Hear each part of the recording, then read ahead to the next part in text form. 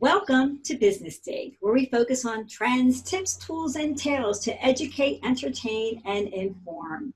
Today, we welcome Rex Sikes, the creator of Mind Design, and is also well known as a Master NLP Trainer, hypnotist, and whole brain training expert. Rex just released his book, Life on Your Terms, a powerful practical manual with a fresh take on personal growth, business success, and transformation that's infused with love, wisdom, innovative ideas, principles, and practices that help you to begin creating and living the life you want. I'm Lisa Kanda, marketing strategist and founder of LK Advisors, and I'm joined by my co-host, Deb Fry, leadership development at Fryworks and Associates. Hello, it's so good to be back with you, Lisa, and great to meet Rex Sikes. I can't wait to get started with this interview. Yes, I'm excited too. So as I mentioned, Rex brings his insights to the dig today. Deb and I have been digging to explore kinds of tools to help people in these challenging times, especially business owners who are balancing many changes as states reopen and are just really grasping to get really good tools that can help them move forward. Rex is joining us to help us learn more about how to alleviate stress, create joy and success by learning to focus your thoughts. In today's broadcast, we hope you'll discover how to create a champion mindset and a victor mentality to harness your dreams and desires using Rex's simple and powerful techniques. In his book, he gives you pages of real-life principles proven to change lives, and the book is now available on Amazon. We're going to give you a link to that in our description. I've had the pleasure of knowing Rex for almost 20 years. I've known of Rex longer than 20 years. I purchased one of his self-help at-home courses, I think in the mid-90s. We were just kind of talking about that before we went live, and then actually went to his 10-day NLP training course about 20 years ago, and still today use many of those tools that I learned there. He has a wonderful tool called the Attitude Activator that I still use today and listen to. And even some of the things I was just saying earlier, brushing your teeth with the opposite hand. I mean, and Rex will talk more about how those things are helpful to us. But clearly he has amazing things to offer you as business owners today. And we're hoping that you get some real value out of this. Rex has immense energy. One of the things, again, I remember from when I took his class was, he would walk into the room and you could feel the energy of what he brought, his curiosity and his willingness to really want you to learn and to really change your life. I mean, his commitment to that is pretty amazing. And it just makes me even want him to bring what he has to our listeners more today. So let's get started. Well, Rex, let's get started with some questions. I'd love to know more about you, your background, and certainly how you've helped people with your work. So share a little bit with our listeners about what you've been doing to help people. Well, Deb and Lisa, first let me say I am humbled and I am honored and I'm thankful and enthused to be here. This is a marvelous opportunity for each and every one of us who's listening and watching and we who are discussing. And I thank you for that, and I appreciate your kindness and your generosity in having me on your show. So, thank you. So, I wrote the book that we're talking about, Life on Your Terms, because for the same reason why I got into training about 40 years ago, and I wanted to tell the story a little bit, and then put some of the principles that I've been teaching all those 40 years out so that more and more people could use them to transform their lives or transform your life. Most people, myself included, live in fear and have lived in negativity. I found out that I was an incredible master of creating crap in my life. I could create all sorts of problems, but I wasn't very good at creating what I wanted. I'd say I want this, and then I would get the opposite. And I was skydiving. I mean, now I live the life of my dreams, and I have for many, many years, but that wasn't always the case. A skydiving accident caused me to go to a doctor who prescribed a combination of pills that led to, I should have died is what should have happened, but they considered at the time, they considered me a medical miracle. I survived it. I didn't go comatose, although almost. But through that experience, I ended up creating more crap, losing girlfriend, losing relationships, killing a career, and just going to the bottom. I was about 25 years old. And at a certain point, a friend of mine said, you're going to die. I mean, everything you're doing, you're going to die. And I realized I didn't want to die, although I was living like I did and that I would. So I locked myself in my apartment, and I had been a student of Napoleon Hill and hypnosis since I was a child, 11 years old. I used to have my mom read me the Vedas and the Bhagavad Gita when I was like 7, 8 years old. So I said, I'm going to start using this hypnosis. I'm going to affirm, I'm going to visualize, I'm going to get my life back in order. And I locked myself in my apartment. I did get up to pee, and I did go out to get some food when I needed it. But otherwise, I stayed in the apartment. I sat in a chair, and I literally went inside, and I started to say, I can do this, I can do this, I can do this. And what I found was most of my brain said, no, you can't. Look at what you've done. You're no good. This is all the crap you've created in your life, and you're never going to be any different. And it bothered me, and I started to think, how am I ever going to get out of this? What do I need to do in order to change my life? And instead of saying, how long is it going to take me? I'd go, how quickly can I do this? I want to get back outside. I want to live with people. What I realized was I was asking myself questions, and I didn't know the answers. The amazing thing about the brain, when you ask yourself a question that you don't know the answer to, is that your brain will work on it for a long, long time. So, for example, if I say, what's the capital of Arizona, and you know the answer, you're done. Your brain shuts down. It doesn't need to go any further. But if you go, do you know how much delight you could experience today? You don't know, and your brain doesn't know. Now, you could say, nothing, I won't. But your brain, if you honestly ask your brain, how delighted can I find myself being today? Your brain will work on it in the same exact way that it works on it when you can't remember something. You know that tip of the tongue phenomenon where you go, oh, who was that person? What was that person's name? Oh, and the harder you try to get it, the more it seems elusive. So what happens is you either deliberately relax and go, all right, it'll come to me, don't worry about it, or you get distracted and you go on with something else, and an hour later or a day later or a week later, you go, oh, it was, and you now have the answer because your brain keeps going outside of your consciousness to find answers. So what I had inadvertently done was I stumbled on the fact that I'm trying to affirm and I'm not getting anywhere. And I started asking questions that I didn't know the answer to. And my brain started to deliver me things like, how soon can I be confident? What do I have to do to be confident? Where can I feel confident? And so the brain would start dropping hints and dropping indications. And so after a while, I started to feel better and I started to be more confident. And the more confident I became, I went, well, how much more confident can I become? How much easier can this get? And I would find that it would get easier and it would get better.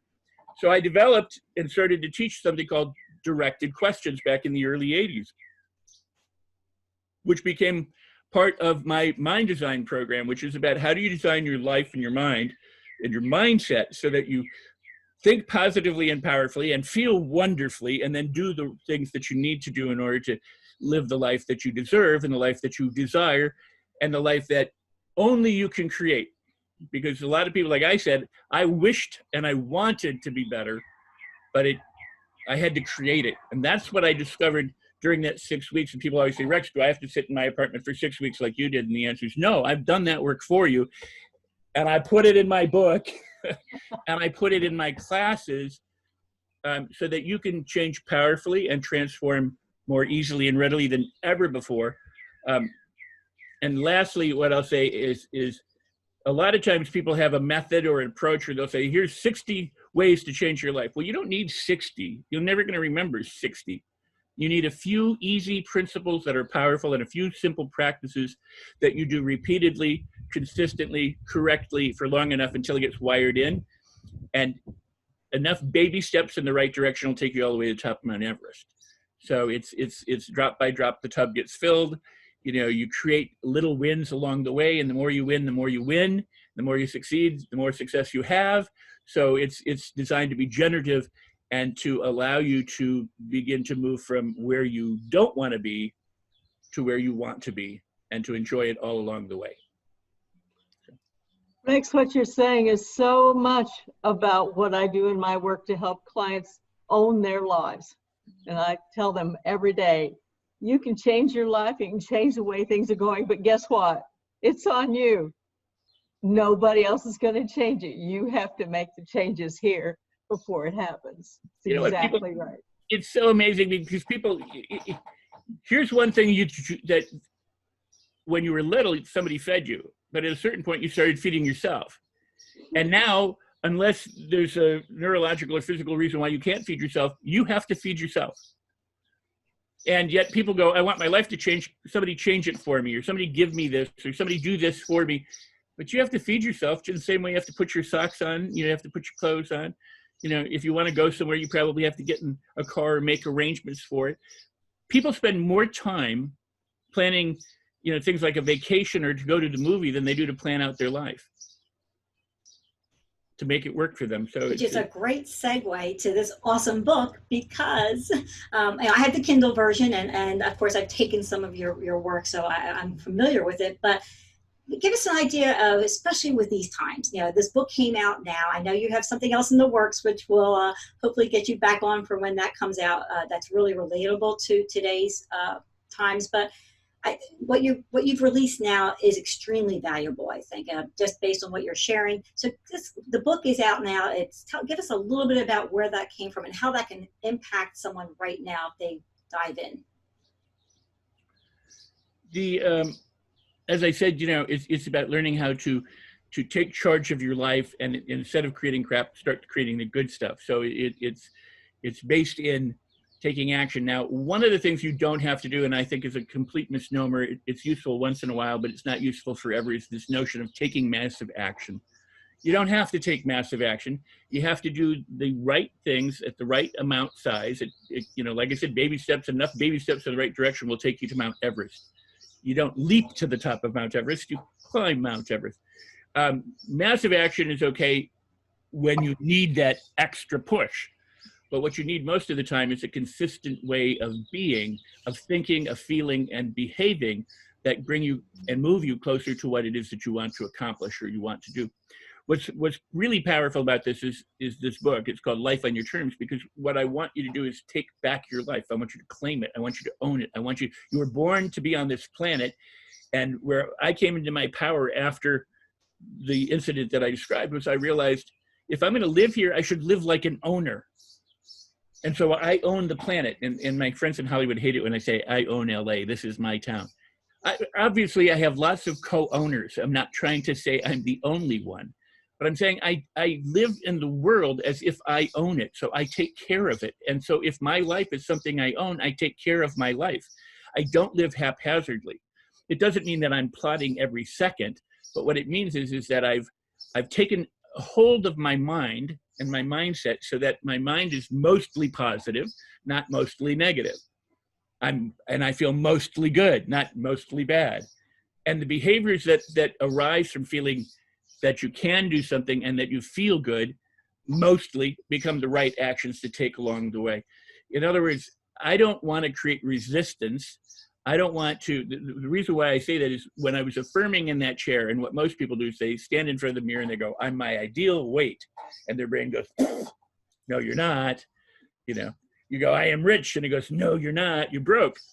But if you start to understand that your brain is only doing what it's learned to do while growing up from experiences. It's only repeating mental habits, thought habits, over and over and over again to keep you the same and to keep you consistent, because that's what the brain does. It's got two things: keep you consistent and keep you alive.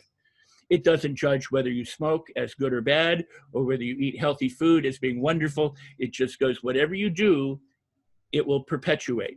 So if you're mostly negative and mostly fearful and mostly scared and mostly distracted, it will continue to do that because that's what it knows to do. It's really your friend. It's your ally. It goes, this is what you taught me to do. I'm going to do it for you.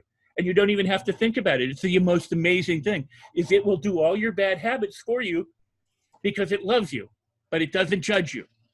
So what you want to do is teach it how to do good habits instead of bad habits. You want to wire in those things that get you the kind of outcomes, the results, the behaviors, the changes, the money, the relationships, the happiness that you want. So it starts with a thought. And if you're thinking right, then you begin to feel right. So you want to go from being 50-50, you know, sometimes good, sometimes bad, to 51% good, 55% good, 58% good. You want to increase the amount of time that you spend feeling wonderful, thinking wonderfully, because as you do, that's how your life changes. If you're just going back and forth all the time, you're stuck. You're not getting anywhere. It's like when you're rocking your car and you can't get out of a ditch or you can't get out of the snow. You're going forward, going back, going forward, going back. You know, make a little progress, a little back. So what you want to do is you want to increase little by little, win by win, success by success, little by little, the things that move you from being stuck and where you don't want to be to where you do want to be. So you take charge of your thoughts, you manage your mindset. When you do that, think a positive thought, you then begin to feel good. If you think a negative thought, I mean, if you think, boy, that sucks, I'll never be able to do that, and you feel bad, that doesn't get you anywhere. You know what I mean? In other words, if you feel bad, then you're likely to think another negative thought, and so it spirals down. If you think a positive thought and you feel good, you're likely to think a positive thought, so you can spiral up. So it really comes down to this. My whole approach is you have dog crap or diamonds. Choose. You want to put dog crap all over yourself, or you want to dress yourself in diamonds? Every moment of the day, you have a choice. You're either increase and positive and feeling good and feeling wonderful, or you're not. And if you're not, it's because it's a choice, whether it's a conscious choice or a choice you made long ago that you're living from out of habit. And if you're living from it out of habit and it's not serving you the way you want it to be served, you need to make a new choice. So choose diamonds instead of dog crap. Dog crap or diamonds, dog crap or diamonds. It's your choice. And the funny part about it is a lot of people take dog crap and they put it all over themselves and they wear it proudly and they don't realize that they could be wearing diamonds instead. So if you think right and you feel right, then what happens is you are more apt to take the right actions that lead you to the kind of results that you want to be having. And if you don't think right, you don't feel right, you take either no actions because you don't feel like doing anything, or you take wrong actions out of desperation or fear or frustration or anger or sadness that lead you to outcomes that you do not want. So what do you think, Deb? You know, I'm listening to him. Of course, we obviously are of like mind.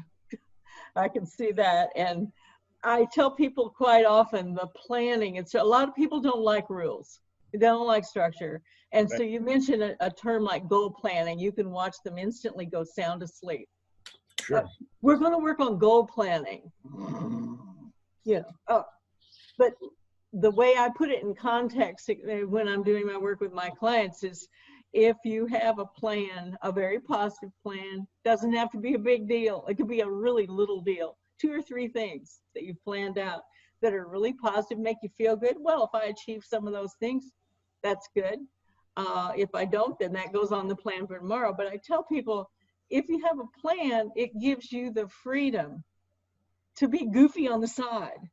You know, as long as you've got the road to get back on. Once you've ridden in the ditch in your bike, oh, good, now I can get back on the road again so I can have a smoother ride. Those rules give you that structure to get goofy, to be creative, to break down the rules that restrict you. And the platform and procedures and policies that a lot of people put in place, I see as guidelines, not laws. And you lay those plans out for yourself in a positive way every day, you're going to achieve more. Oh, absolutely. Absolutely. I mean, I would add that, and I'm not saying anything that you don't know, but a lot of people don't like the house they're in. They want to tear it down and get a new house. So they're all about tearing the house down. But until you decide what kind of house you want in its place, all you're doing is destroying the old house or fighting the old house, or, you know. So you have to decide, and in order to build a new house, you have to determine what you want and then draw up the plans, and then you gather your resources and your team. You may have to spend some money or whatever, but then you start to build the house, and while you're building the house, you may have to make adjustments along the way. And so based on your blueprint, you then make whatever adjustments until you build the house to the specifications that you desire. Well, the same is true about your life, but you don't have to you should make a plan, but it's not important that you know how you're going to succeed as much as that you are going to succeed. I always say this, the Wright brothers, and I love them by example, because prior to the Wright brothers, there was no heavier than air travel. There were balloons that people could take, but there wasn't the airplane. The Wright brothers decided, as they were bicycle machines, shop makers, they were going to try to create an airplane. All the while that they were working at trying to fly, they didn't know how to fly. They only knew how to fly once they flew. This is the thing that most people miss. They think, I have to know what to do. I need to know this. I got to plan that. I got to do all this. They just kept experimenting and were wrong up until the time they flew. But they didn't let being wrong, or what people would call failure, or even their own father who said, you guys are idiots. Stop this. Everybody thinks you're a loser. This is the dumbest thing. If man were meant to fly, blah, blah, blah. They just kept doing it. They said, nope, we're going to fly. One brother said to the other at one point, he said, you think we're going to do this? He said, in my mind, I see us flying. It's happening. It's going to happen. That's what you need to do. You need to know that you can do it and be certain that you will do it, and then take whatever action you need in order to bring it about. You're going to experiment. You're going to get feedback. You're going to fall on your face. You're going to do all sorts of things. But if you can have a fun time doing it and not operate out of desperation, but operate out of feeling excited and thrilled that every, Edison said, I learned 10,000 ways not to make a light bulb. So he didn't put it in terms of failure. He put it in terms of success. So success breeds success. And how crazy that is, and I am not an advocate of this, but there are lottery winners who have won multiple lotteries. And why do they win multiple lotteries? Because they play them. And I don't advocate playing. I'm not saying to do that. But what I'm saying is they consistently play. And so statistically, they're more likely to win than somebody who does it once in a while. So, Napoleon Hill said the biggest problem with people is that they just drift. They don't have a plan for their life. They don't live their purpose. They don't create a mission or a vision. They just bounce from thing to thing to thing to thing, and they take this job and that job, and they never get anywhere because they've never decided, I am going to do this, and that's my future. And in order to have your future, you just live in the future. You imagine what you want, and you imagine yourself having it now, and you make it so real, and you go, that's what I'm going to do. And then you start moving in that direction, and you go as far as you can go, as far as you can see. And when you get there, you'll see that much further, but it'll be just like the Wright brothers. You won't know it until you do it. And once you do it, now you have it was for me. That's what I was trying to get at in my apartment, and I'm still learning, but I'm not done. I'm still learning all the time. But in my apartment, I didn't know what I was doing. I was experimenting. I was trying things, and it wasn't working. And then suddenly I hit on something. And once I hit on it, I got this massive release. Now, I still had to go through a healing process. It wasn't like one day I was down totally out, and the next day I was this enlightened being that was like going, wow, life is beautiful. I still had to get my life back, win my friends back, get my career back. Those were things I had to do. But I now had an attitude, not hence the attitude activator. I now had an attitude that served me and moved me forward, as opposed to being a victim of circumstances and blaming the doctors and blaming the people and blaming everybody who, had contributed to my situation. I took charge of my life, and that's what you and anyone can do, is to take charge of your life and live your life as a victor, as a champion. And that's why I always call it the gladiator or the Game of Thrones attitude. You go, bring me your best swordsman, that I will defeat them. You don't go, bring me the wimpiest person that I can trounce. In fact, when David faced Goliath, Goliath goes, what, you send me this boy? Are you kidding me? Are you serious? And David said, this day God will prevail. And, whether it's a story or whether it's true, the example is this little guy said, we win today, and won. I got a question for you, though, because I love everything you're saying. I totally believe in your approach, but I'm going to challenge something as far as what's going on today, because many people don't hear that. They're based in fear for a lot of legitimate reasons. You have to, with what is going on today in the world, legitimately, there's fear, but there are also a lot of bad habits. Like you said, so. one of the things I know, having worked with you as well as just in my own practice and working with Deb, is curiosity is a really important part of this. And then looking at your habits to change your attitude. So give us some tips for those who may be stuck, those who may be still in fear in old habits right now, as what they could do in some of those little baby steps that you mentioned. Sure. Okay, it's a great question. And let me preface it by saying this: you only become aware of what you become aware of when you become aware of it. So there are people who will hear this and it won't make any sense to them no matter what. And they might hear it today and tomorrow 100 times, and then 3 years down the road, they go, oh my God, I get it. It's like we all sleep and we wake up at different times, and that's totally okay. But whether you're awake or not awake, you can begin to implement certain things that can make a difference. If you want your life to change, you got to change some things in your life. It's just the way it goes. You can't keep doing the same things time and time again and expect it to be different. Because if you're doing the same thing over and over again, all you're doing is recreating the past. And if the past is part of your problem, then all you're doing is recreating your problem. And fear is just a thought. If you think I can't do it, or this is overwhelming, or this sucks, and there's all these forces that oppose me, realize that that is a thought, and probably a chronic thought that one thinks habitually over and over again. That thought needs to change. If you don't believe something is possible, you're never going to ever try. If the Wright brothers didn't think that they could fly, they weren't even going to bother to explore it. So if you start from a defeated attitude that nothing is anywhere is good or anything, that's the first thing you have to address. You have to stop. When I was in the chair in my apartment, I was going, there's no way. I'm stuck. I'm screwed. I'm a total failure. I've screwed everything in my life. Nothing's going to change. But at a certain point, I realized I don't want to die, and I can't live this way. So I got to do something. So for me, I had to lock myself in a room. But you have to start with the notion that something different is possible. And how do you do that? Well, you begin by being curious. What could be different? What might be different? When you were a child, you could watch a butterfly for hours, or a caterpillar or something. You got really curious. How did they do this? Where do they go? What do they do? And so the same kind of thing, but you need to ask questions that move you in a good direction. Not if you say, why does this always happen to me? Why does life suck? Why am I a bad puppy? How come nothing ever works out? Why am I broke? How come they got money and I don't? You're asking the wrong questions that keep you stuck. You got to start asking new questions, like, how quickly can I discover that things aren't the way they appear? That even though things seem adverse, I can find ways to change them.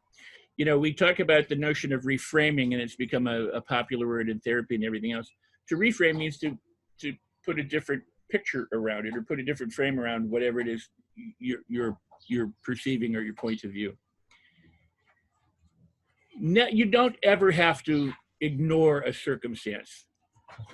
So, if you have no money and the bank is going to foreclose, one of the things, you can't ignore it, because the bank is going to foreclose. You don't want to ignore it. You don't want to pretend that it's not happening, but you also don't want to give it energy.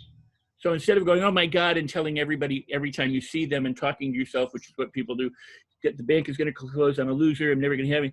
You want to start saying, you know what?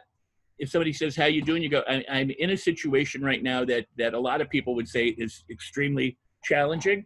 And I'm exploring opportunities for how I can find resources to go through this more easily. You don't ever have to say it's tough, it's struggle, I can't do it, it sucks. You want to affirm, or to point yourself in a direction of what is possible that I could discover tomorrow that might bring me some relief or cause me to be more successful in the future. How can I use what I have now, or who do I need to go to that could help me? Where can I find resources? What do I need to learn? How can I apply what I know? How easily can I discover myself changing, and take baby steps towards doing that?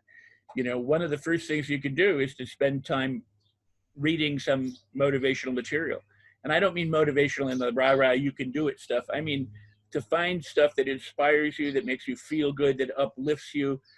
Hang around with people who are more positive. Find mentors and coaches and a cheering squad that can help you get through it, because you don't have to go through it alone. don't choose to be around the energy vampires and the people who will say you're stupid, you're never going to do this, it won't work. Those people, like the Wright brothers' father said, you guys are idiots. You know, you want to find the people who go, you know what, I know you're going through a struggle right now, but you got this, you know, and I'm here for you. I got your back. You know, I can help you. What do you need? You know? And I'm finding that more and more, you know, in my circles of business owners and whatnot, that collaboration and that lifting up, you know, the rising tide. And you have to find those people. You have to connect to those people. You do not want to be around the naysayers or the ones who think, you know, my business is closing, I can't get customers, you know, this is going to last forever, blah, blah, blah. Well, no, it's not going to last forever. We don't know what is going to happen. There's no playbook anymore. We have no idea what's going to happen. But that leaves for so much opportunity. I've seen so many people pivot. You know, we've used that word pretty freely now, but it's so true. People who've gotten, you know, huge business opportunities because they thought differently. Exactly to your point, Rex. You know, changing their questions. so here's something the Attitude Activator, a very powerful program, has been you've used it now for 20 years. People have been using it. It's a bestseller around the world. The reason why it took me a year to orchestrate, to architect that, because I didn't want to have to make multiple tapes or audios. I wanted to do one that could be a template for a lot of different changes that a person can make. And attitude is the number one indicator for success, according to research, that if your attitude is right, you're more apt to succeed than if your attitude is wrong. The same is true in health. If your attitude toward the treatment is that the treatment's going to work, you're more apt to find that the treatment works than if you don't. We know this through placebo and nocebo studies, and we won't go into that now at this time, but the point being, activate your attitude and you can accomplish nearly anything. And attitude doesn't just mean being pumped up. It can mean being serenely confident, calm. It can mean being silly and goofy. It can mean anything, but you choose the attitude that you need for what you're going through. But here's the thing. In the Attitude Activators, there's an important principle, and I'll give it away right now, but it's worth having the Attitude Activator. When you're stuck, when you have a problem, you have to stop. So the Attitude Activator has 5 stages that you go through. And one is that it kind of agitates. It gives you a taste of what's wrong. And then goes, stop. Be different.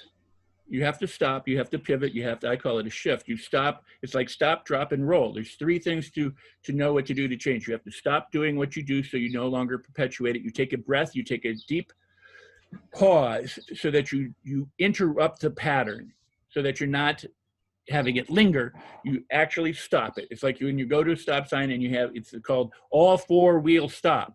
You stop, not roll through. You stop, take a pause, take a deep breath, and then you shift and be different. And you shift to what you can do, what could be possible, and you start telling yourself these different things. And of course, the Attitude Activator fills that in and helps program you so that you learn the process while you're listening to the tape, whether you're sleeping or awake. But the point is to learn the process of stop, take a pause, breathe, and then shift. And if you know that, and I talk about it in my book, if you know that, you can accomplish nearly anything. It's don't keep doing what you're always doing. Be willing to do something different. If you want your life to change, you got to change some things. What does it mean to stop? You got to stop talking to yourself the way you were talking to yourself. You can't talk to people. Misery loves company. People commiserate over bad things that are going on in the world over there. How you doing? Oh, I can't tell you, you know, I have this problem, or my health is this, and they go on and on. Or the barista this morning at the coffee shop was a jerk, and I can't, you know, somebody gave me the finger on the freeway, and they're talking about it all day long, and they're talking about it a week later. You've got to stop perpetuating what you don't want, what isn't useful, what's hurting, harming you and others. Stop, take a breath, and shift to what it is that you do want to include. You want, you know, there's dog, crap, or diamonds. There's either thriving or withering. There's either living or dying. There's either increase or decrease. There's either expansion or contraction. In other words, there's tall and short. There's hot and cold. There's day and night. You stop what you're doing that is not what you want to be doing and start doing what you do. What does that mean? Well, maybe you need to go take a walk. Maybe you should go help somebody else. If you really have a horrible problem and you feel lost and you can't do anything, go help somebody who's got a worse problem than you, because you'll feel better. You know, I was an actor, and I still am. I still do movies, and but as a young actor, I would go on auditions, and then I go see the movie, and I go, I could have done better than that guy. I can't believe that guy got and I would get angry that somebody was successful. It didn't make me more successful to get angry. What I learned at some point was I had done a play and they wanted me to do another play, and I turned it down. I said, no, I'm not right for that role. I was smart enough to say that. I went to the play and I saw the actor and I went, oh my God, this guy is brilliant. I could never have done that. He is perfect for the part. And I realized that to celebrate somebody else's success is far more important than to be jealous of somebody's success. The rising tide floats the whole boat. You know, the idea is to uplift, to inspire. I have a saying: speak only to bless, heal, inspire, motivate, prosper, and transform. Put a guard before your lips. Stop talking about failure. Stop commiserating with, the bad stuff. Misery loves company, but birds of a feather flock together. So find your positive support group. Find the people who uplift you and whom you can uplift. Maybe you need to go get a massage. Maybe you need to take a walk or work in the garden. The ancient mystics knew this years ago. What do you do if you're angry? Count to 10. What is that? It's stop. Don't keep perpetuating the anger. Take a breath. Pause, and then respond instead of react the way you always have. Dog crap or diamonds. It's just coming back to your choice.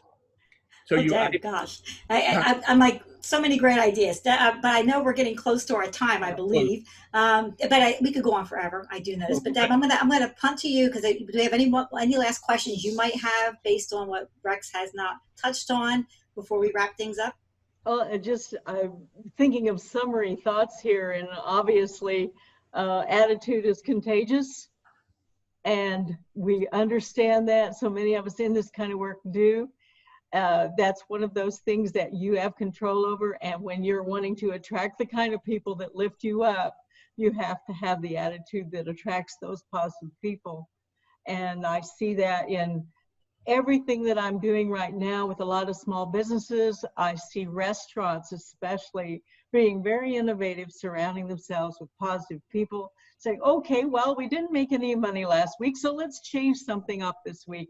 And change our menu, change the way we deliver food, whatever.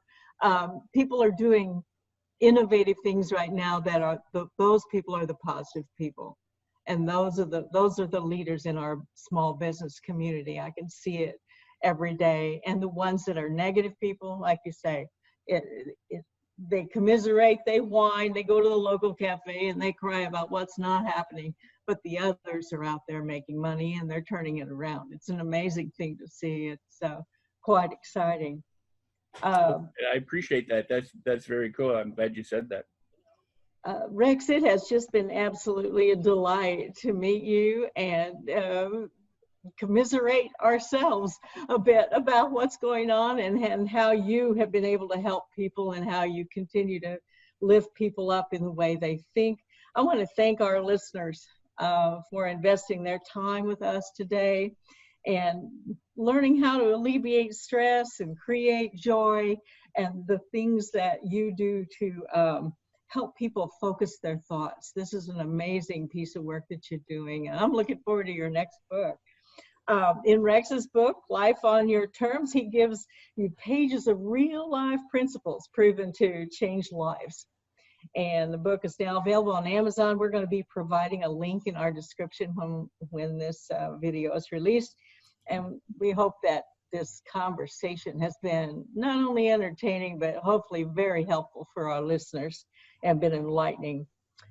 Solopreneurs, entrepreneurs, business owners in our listening audience, do you have a story? Do you have a technique, something that you do that helps others in their quest for success?